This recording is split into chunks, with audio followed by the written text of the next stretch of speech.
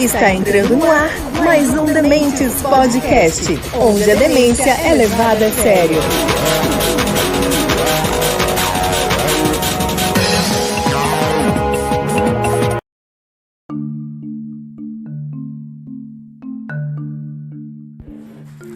Fala galera, tudo bem com vocês? Está começando mais um Dementes Podcast, onde a demência é levada a sério. Hoje a gente vem com mais um Conversando com Demente e o tema de hoje vai ser ódio. O ódio que infelizmente entrou em voga de novo, né?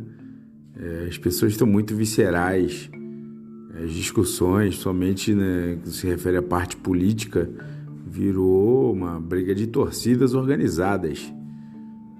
Né? Combinou recentemente com a invasão de um aniversário, cujo tema era o PT.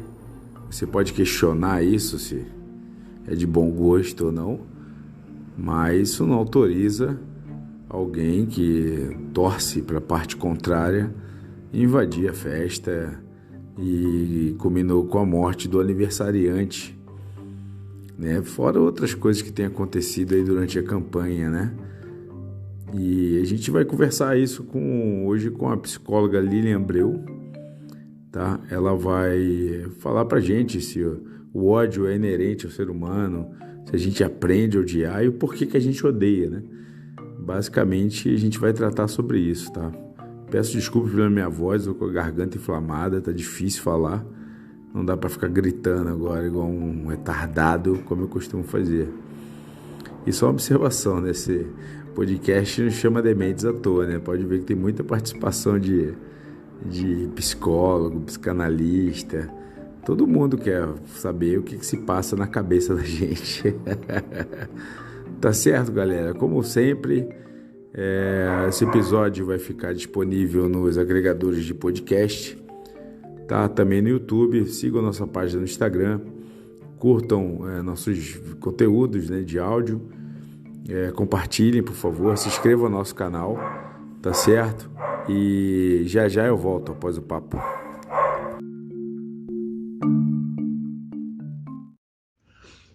Lilian, inicialmente eu te agradeço aqui por aceitar o convite para participar desse quadro Conversando com Demente.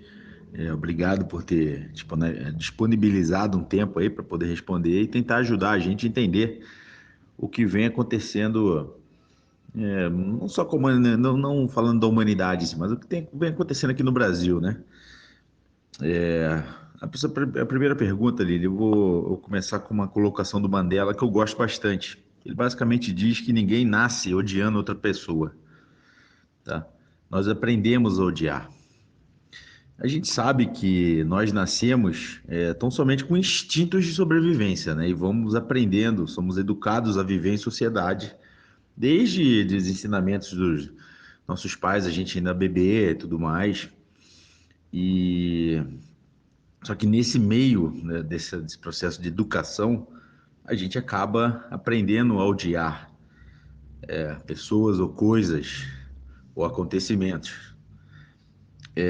Realmente o ódio se ensina?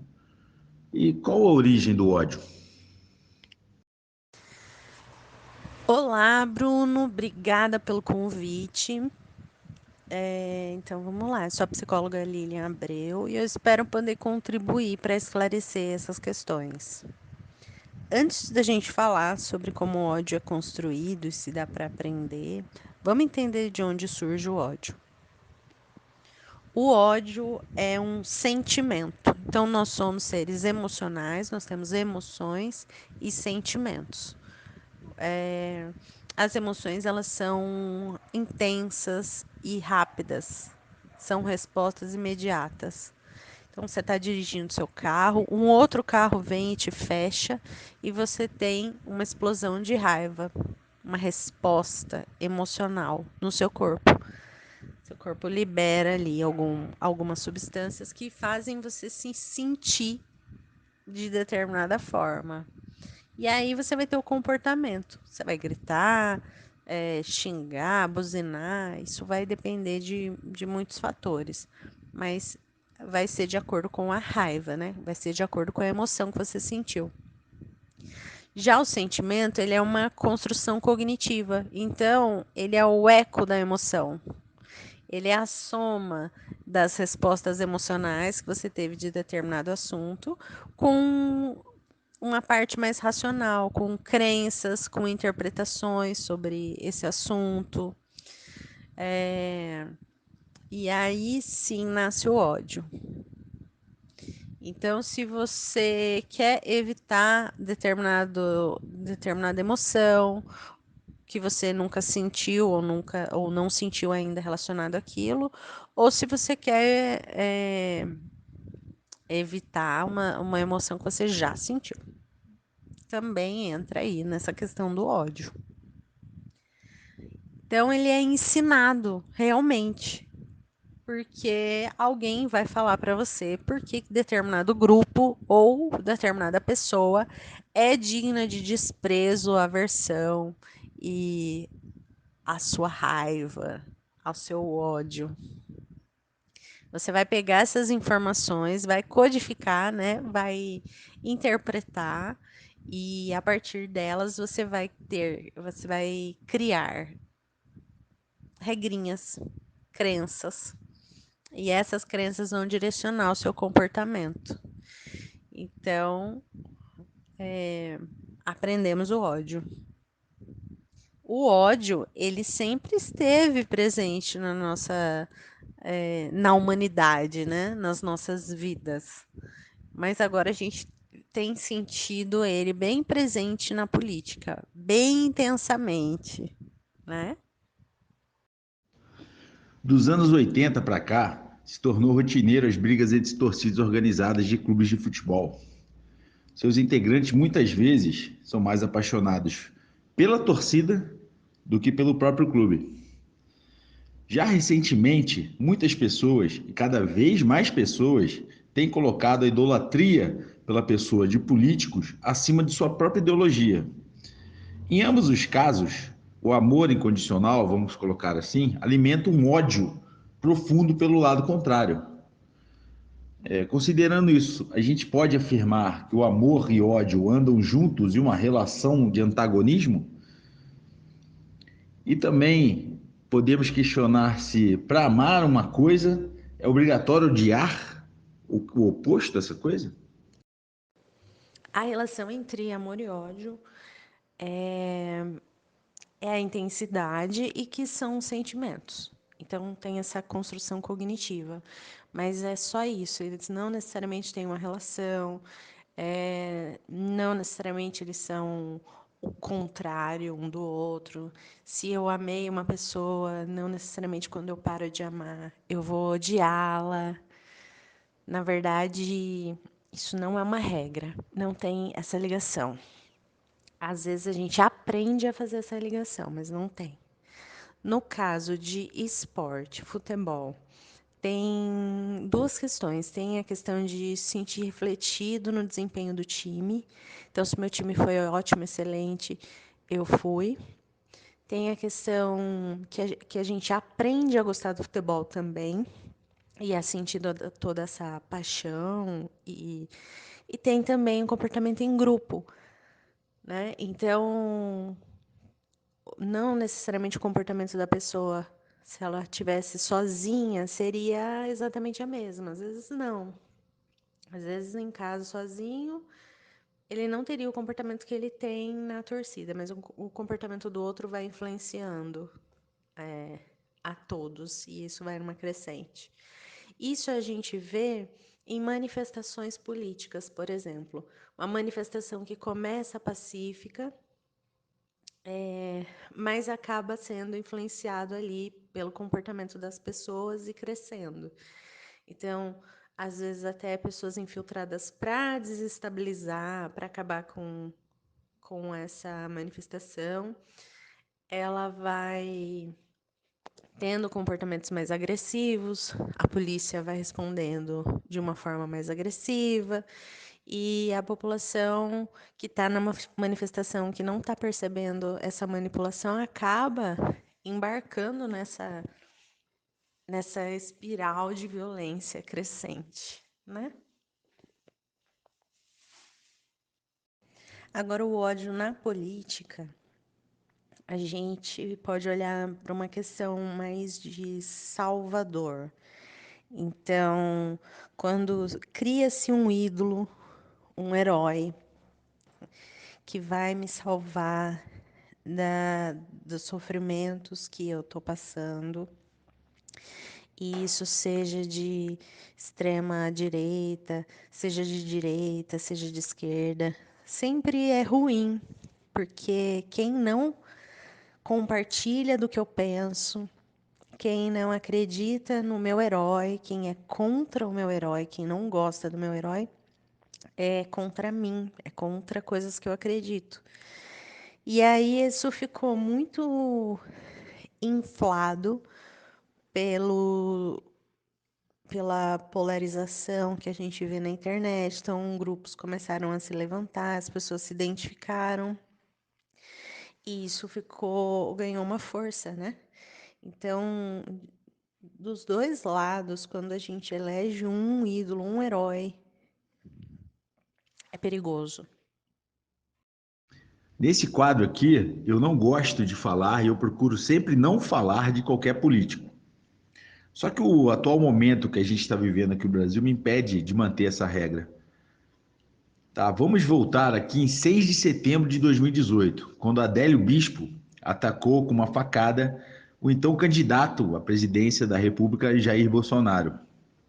Imediatamente ao ataque se começou um discurso, né, uma narrativa de que o atentado fora cometido pela esquerda e com a existência de um verdadeiro complô, tá, contra a candidatura do Bolsonaro. Muito embora duas investigações da Polícia Federal tenham apontado que o Adélio agiu sozinho, isto não impediu que se formulassem inúmeras teorias da conspiração. Passados quase 4 anos, o assunto ainda volta e meia aparece no debate público. E depois desse atentado contra o Bolsonaro, praticado pelo Adélio, tivemos o ataque na sede da Porta dos Fundos, um ataque também tanto na campanha do Lula, tanto no comício em Minas quanto no Rio de Janeiro. Um ataque ao carro do juiz que mandou prender o ex-ministro da Educação do governo Bolsonaro. E mais recentemente nós tivemos a invasão de um militante bolsonarista a uma festa de aniversário no Sul, que tinha como tema o PT e o Lula. Essa invasão, inclusive, culminou com a morte do aniversariante. Todos esses fatos recentes, eles têm algo em comum. Eles foram perpetrados ou por simpatizantes ou militantes do atual presidente da República. Criminalmente, o Bolsonaro não tem culpa, tá? E também não vamos tratar aqui da responsabilidade dele ou da falta de com esse seu discurso belicista e beligerante. O foco será em quem pratica esses atos. Como explicar as atitudes tomadas por esses agressores? Impulsionado por idolatria a uma pessoa. Essas pessoas já são propensas a esse tipo de prática violenta e o discurso é um gatilho? E como conseguir identificar previamente um potencial lobo solitário?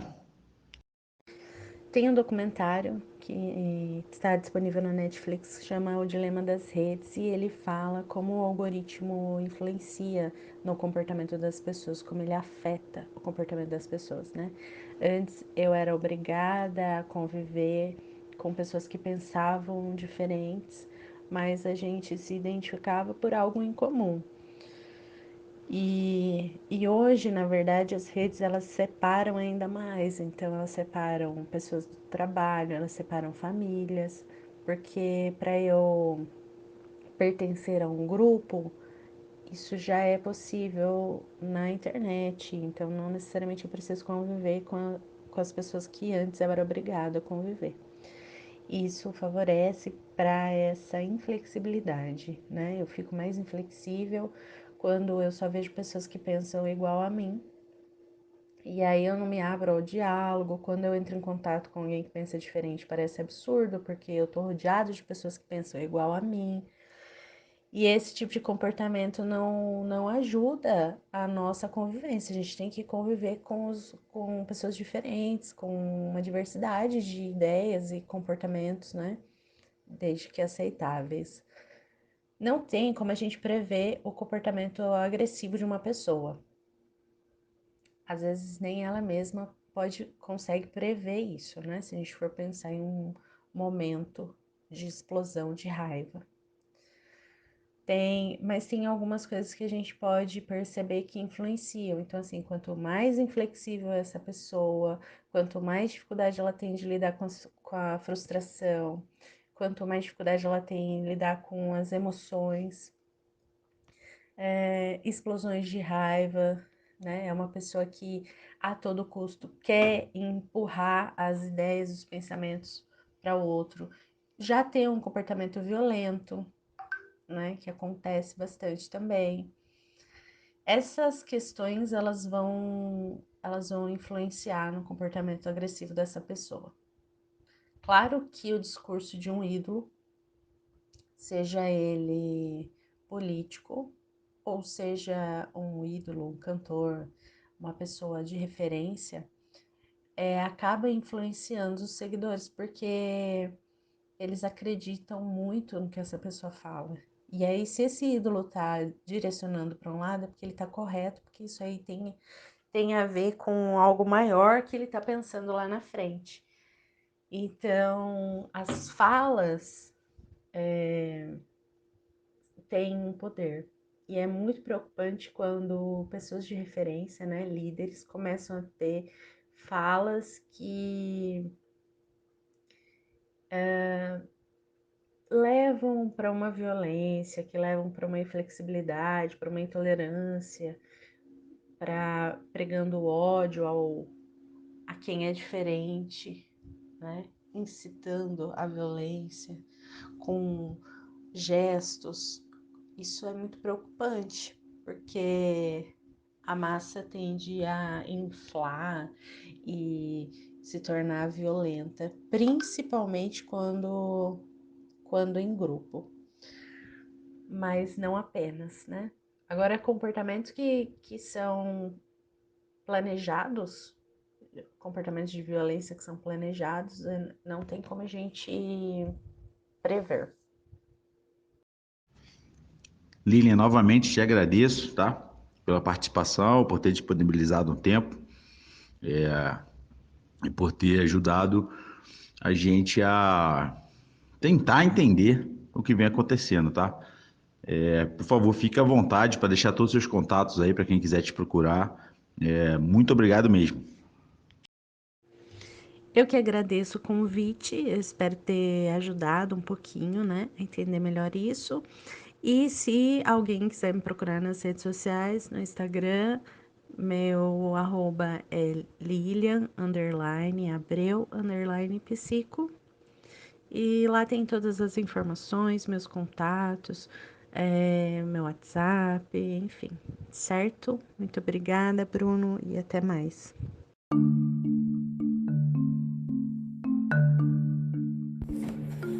E aí, pessoal, o que vocês acharam? Deu para entender? A Lília é bem sucinta, né? Bem direta. Novamente aqui eu agradeço a participação dela, ter disponibilizado um tempo. Tá? Eu vou deixar aqui na descrição do episódio a @ dela, né? Para quem quiser contactá-la. Tá certo, pessoal? Novamente peço desculpa pela voz. Tá difícil, tá doendo falar, e quem me conhece sabe que eu falo pra cacete. Tô gravando isso aqui depois de ter fechado a academia. Então na academia eu falo pelos cotovelos, então a garganta tá meio machucada. Tá certo? Agradeço novamente pela audiência de todos vocês. Espero que tenham gostado. Até domingo, galera. Fui.